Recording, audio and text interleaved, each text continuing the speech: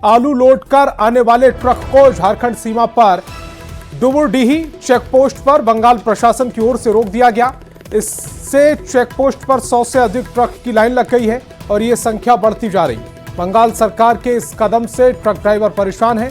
बताया जा रहा है कि बंगाल में आलू के दाम पर कंट्रोल के लिए सीएम के आदेश पर राज्य से आलू बाहर ले जाने पर रोक लगा दी गई।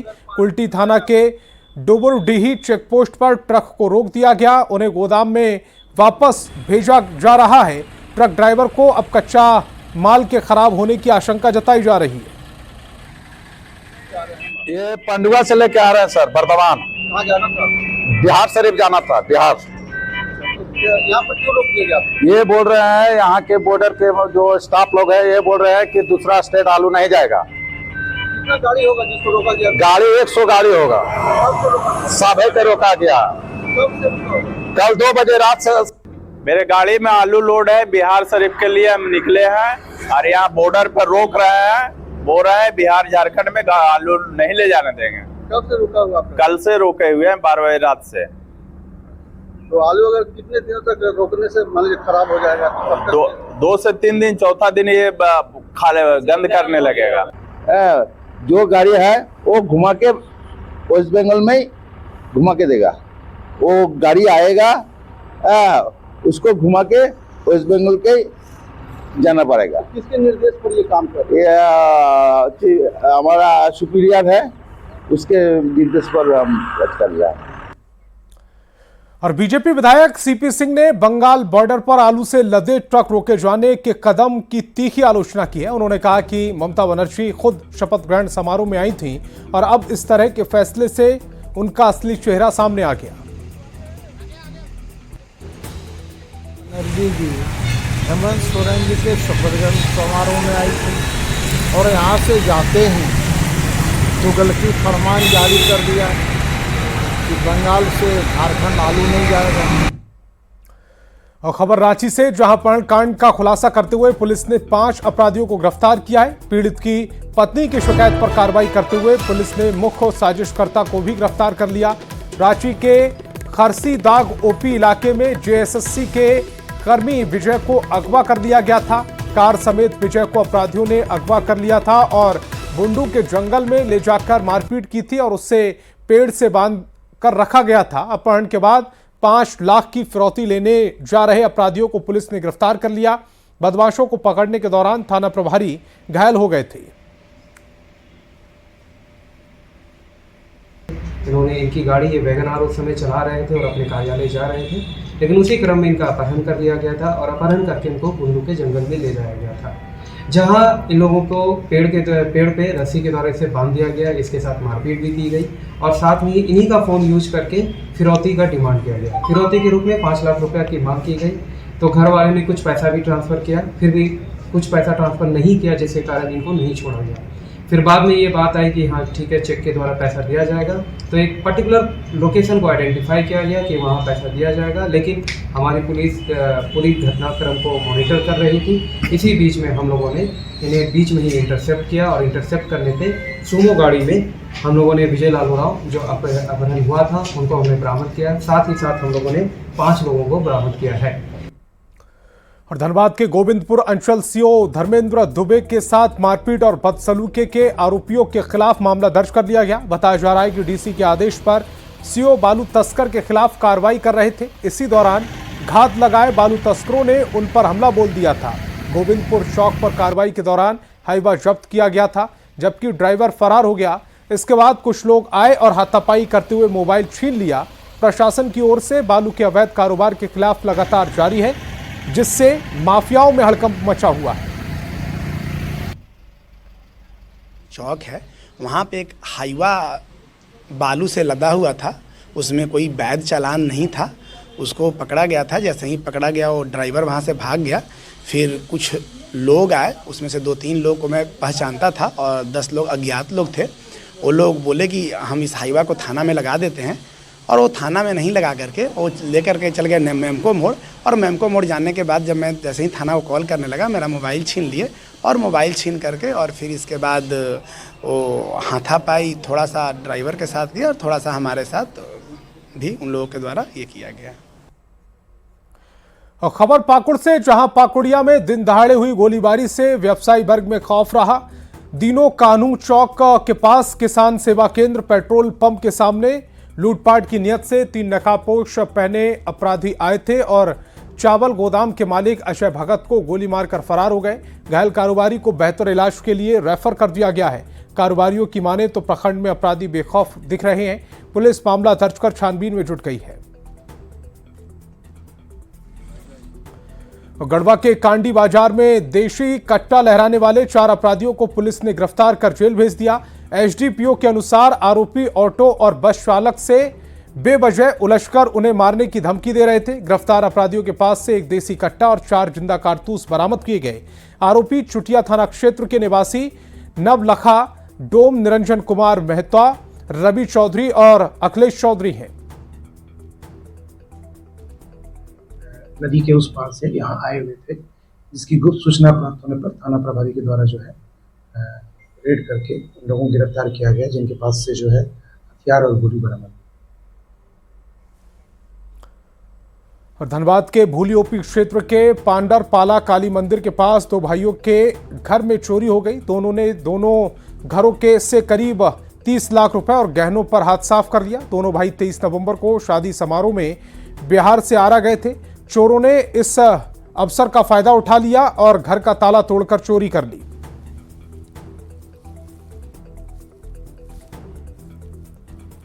दोनों घर मिला के करीबन 2.5 से 3 लाख रुपया, सारा चीज सोना और कैश मिला के। पुलिस आई थी? हाँ, पुलिस आई थी। हाँ, शिकायत दर्ज हो गया है।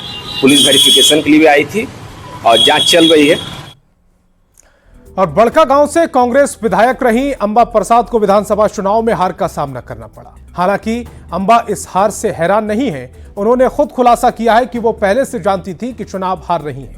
वोटों की गिनती से पहले अंबा को किसने दी हार की खबर, देखिए ये खास रिपोर्ट।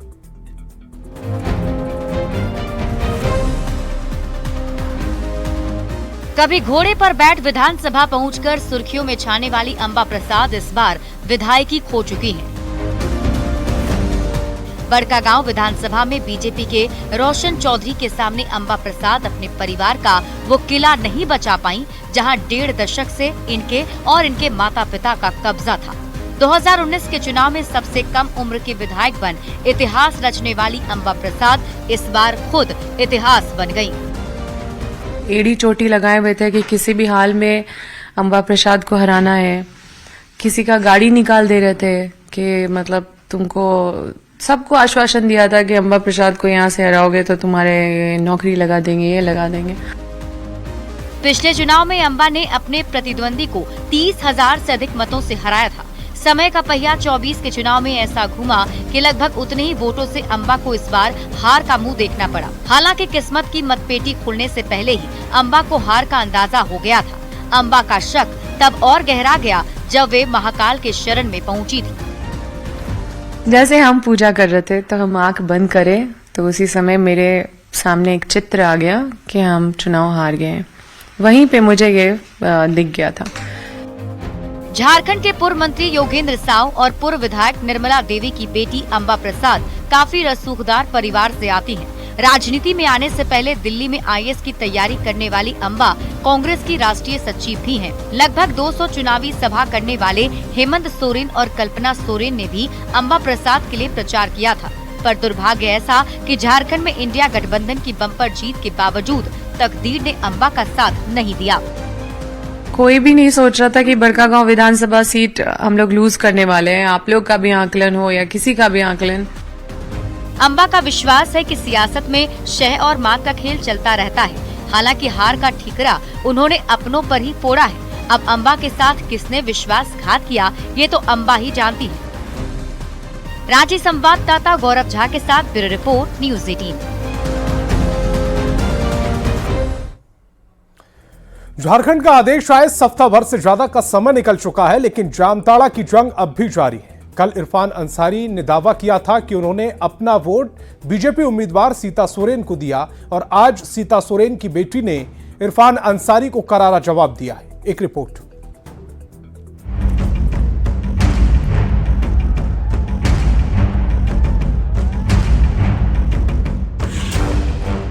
झारखंड विधानसभा चुनाव का रण खत्म हो चुका है, जनता का आदेश भी आ चुका है। हेमंत सोरेन सीएम पद की शपथ भी ले चुके हैं, लेकिन जामताड़ा की जुबानी जंग और पोस्टर वॉर अब भी जारी है। अब सीता सोरेन की बेटी जयश्री ने जामताड़ा विधायक इरफान अंसारी पर हमला बोला और अपनी मां सीता सोरेन का अपमान करने का आरोप लगाया। उस पोस्ट में उन्होंने जिस तरह से राम भगवान का नाम लेकर मेरे चाचा जी को एक तरह से वो बहुत बड़ा दिखा दिया, उसके बाद साथ ही में मेरी मां को नीचा दिखाने की कोशिश की।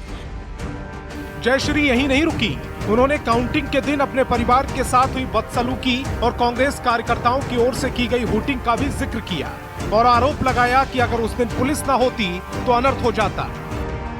डॉक्टर इरफान अंसारी के कार्यकर्ताओं ने हमारे खिलाफ हुटिंग की और करीब 500 मीटर हम चले हैं पॉलीटेक्निक के बाहर, काउंटिंग एरिया के बाहर।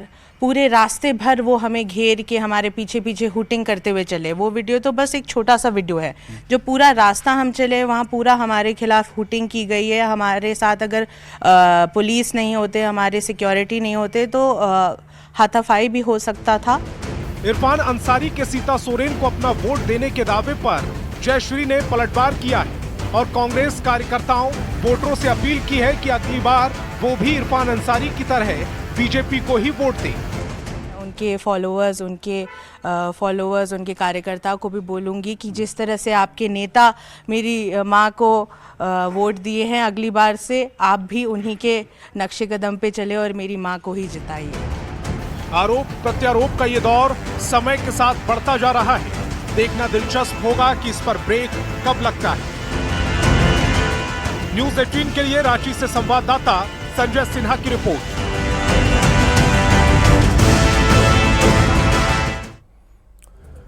और झारखंड के चाईबासा से आज एक ऐसी तस्वीर आई है जिसने झारखंड में विकास विकास चिल्लाने वाले सियासतदानों के दावों की पोल खोल दी। 21वीं सदी के 24वें साल में आज भी लोग एम्बुलेंस और फ्लाईओवर के लिए तरस रहे हैं। वहां विकास विकास का शोर सिर्फ जुमला लगता है। एक रिपोर्ट। 21वीं सदी के 24वें साल के 11वें महीने में विकास के मुंह पर तमाचा मारती इस तस्वीर को देखिए। ये तस्वीर उस प्रदेश की है जहां अभी अभी चुनाव हुए हैं, विकास के खूब दावे हुए हैं, जहां पीएम से लेकर तमाम राज्यों के सीएम, गृह मंत्री से लेकर रक्षा मंत्री, स्वास्थ्य मंत्री और न जाने कितने ही दिग्गजों ने चुनावी ताल ठोकी। उस राज्य में स्ट्रेचर पर पड़े विकास को निहार लीजिए। तस्वीरें चाईबासा के जैतगढ़ के पास की हैं, जहां झारखंड और ओडिशा सीमा पर मरीजों को एम्बुलेंस तक नहीं मिलती, फ्लाईओवर नहीं मिलता। बीमार को अगर अस्पताल पहुंचना है तो स्ट्रेचर पर लेटाइए, कंधे पर उठाइए और ठीक ऐसे ही मालगाड़ी के नीचे से रास्ता बनाइए और फिर अस्पताल पहुंच जाइए। बताया जा रहा है कि इस मरीज को भी स्ट्रेचर के सहारे इलाज के लिए ओडिशा क्षेत्र के चंपुआ अस्पताल ले जाया गया। ये तस्वीर विकास विकास चिल्लाने वाले सियासतदानों से पूछ रही है, कहां है विकास, कहां है आधुनिकता, कहां है आपके दावों वाला भारत। हकीकत आपके सामने है। झारखंड के सीमावर्ती इलाकों का यही सच है, यही मुकद्दर है। चाईबासा से न्यूज़ 18 संवाददाता रूपेश कुमार की रिपोर्ट।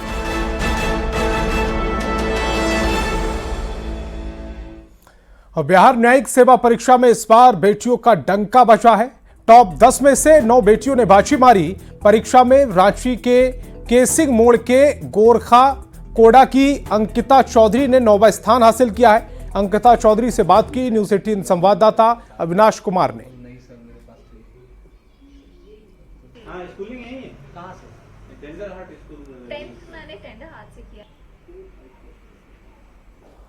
बिहार न्यायिक परीक्षा में इस बार बेटियों का डंका बजा है। टॉप 10 में 9 बेटियों ने बाजी मार ली है और हमारे साथ अंकिता चौधरी हैं। अंकिता का स्थान 9वां है, लेकिन हौसला जो है पहले स्थान की तरह है। अंकिता, मैं ये जानना चाहूंगा, पहला ही सवाल, कि आज के दौर में लोग डॉक्टर इंजीनियर बनना चाहते हैं, आपने न्यायिक सेवा ही क्यों चुनी? आज के दौर पे सिर्फ डॉक्टर इंजीनियर, अब तो काफ़ी आगे हो गया है ज़माना। आज लॉ काफ़ी ऊपर है, क्योंकि जुडिशरी एग्ज़ाम में देखा जाए तो कंपटीशन बहुत टफ हो गया है। मेरे लिए तो जुडिशरी इसलिए ज़्यादा मायने था क्योंकि मैं अपने दादाजी की लेगेसी को आगे बढ़ाना चाहती थी। आपके दादाजी भी थे? जी जी, मेरे दादाजी भी मजिस्ट्रेट थे। तो मैं उनकी लेगेसी को आगे बढ़ाने के लिए जुडिशियल सर्विसेज की कंपटीशन में पार्ट लिया था। आपकी स्कूलिंग कहाँ से हुई और बिहार से क्या ताल्लुक है? बिहार मेरा होम टाउन है, मेरे दादाजी का घर वहीं है। तो और झारखंड में मेरे फादर की गवर्नमेंट सर्विस में है, तो मेरी स्कूलिंग रांची से ही हुई है। मैंने 10th टेंडरहाट से किया है और 12th JVM शामली। तो ये अगर हम कहें कि इस एग्ज़ाम के लिए क्या कुछ खास तैयारियां करनी पड़ती है, अगर हम दूसरे एग्ज़ाम की बात करें, या फिर रेगुलर जो पढ़ाई हो रही है उसमें और इसमें कितना बड़ा फ़र्क है? जुडिशियल सर्विसेज में आपको जनरली लॉ की बहुत जानकारी होनी चाहिए, तो लॉ वाले सब्जेक्ट्स आपको बहुत अच्छे से आनी चाहिए, और साथ ही साथ आपको करंट अफेयर्स, जनरल नॉलेज, ये सब आपको पता होना चाहिए। तो ये थोड़ा सा अलग हो जाता है साइंस और ये सब बैकग्राउंड से। इतना अनलिमिट है ये पढ़ने में कि बहुत, मैंने रात भर तो आँख एकदम इसमें का बुक में ही रहता है। बोलना नहीं पड़ता है दूसरे बच्चों? बोलना तो एक भी शब्द नहीं पड़ता है, बस अपना पढ़ाई पे रहती है। बस हमको यही कॉन्फिडेंस इसमें पूरा है। तो ये क्या बचपन से ही इसी तरह से? इसका लगाव पढ़ाई से शुरू से ही रहा है। मेरी शुरुआत होगी सिविल जज के पोस्ट से, जूनियर डिवीजन से। अभी पहले आप ट्रेनिंग मिलेगी? जी जी, मैं जुडिशियल एकेडमी में अभी ट्रेनिंग लूंगी पहले, उसके बाद। तो ये वैसे तो अंकिता चौधरी हैं, लेकिन अब इनके नाम के आगे आप जज भी लगा लें तो कोई गलती नहीं होगी, क्योंकि इन्होंने ये परीक्षा पास कर ली है। और वैसे तो बिहार से ताल्लुक रखती हैं, लेकिन ये झारखंड की भी बेटी हैं, क्योंकि झारखंड में लंबे समय से वो यहीं रह रही है, यहीं से स्कूलिंग की है, और आज पूरे देश भर में इनका नाम लिया जा रहा है। कैमरा पर्सन संजीव के साथ अविनाश कुमार, न्यूज़ 18 रांची। पलामू में मेदिनीनगर नगर निगम ने कोयल नदी के तट पर करोड़ों रुपए खर्च कर कोयल रिवर फ्रंट पार्क बनाया। इसे गुजरात की तर्ज पर विकसित किया गया। हालांकि पार्क में बदमाशों की गतिविधियां बढ़ गई हैं, रेलिंग लगातार तोड़ी जा रही है, जिससे लाखों का नुकसान हो रहा है। गार्ड की व्यवस्था न होने के कारण ये समस्या बढ़ती जा रही है। कोयल नदी तट पर रिवर फ्रंट पार्क बनाया गया है।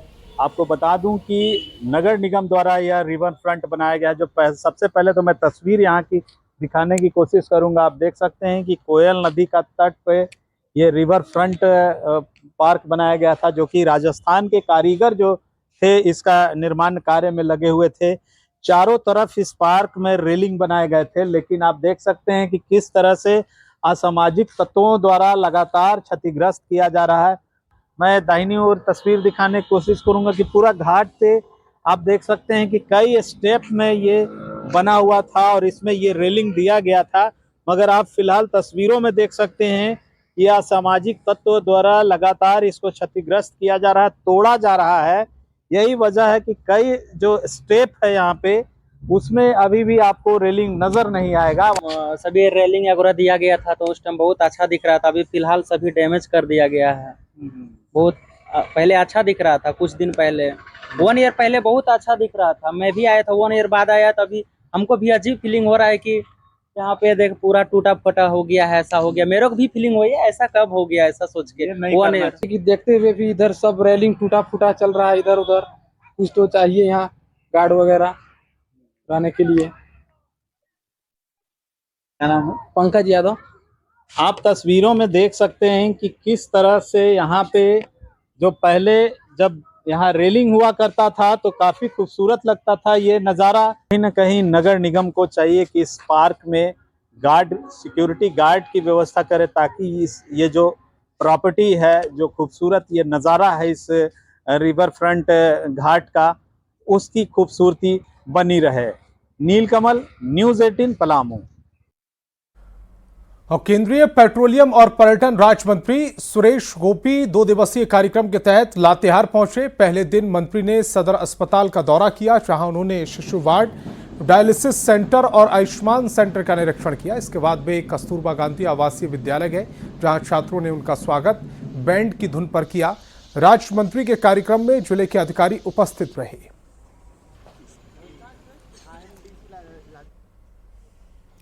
तो इस बुलेटिन में फिलहाल इतना ही। आप देखते रहिए न्यूज़ 18 बिहार झारखंड।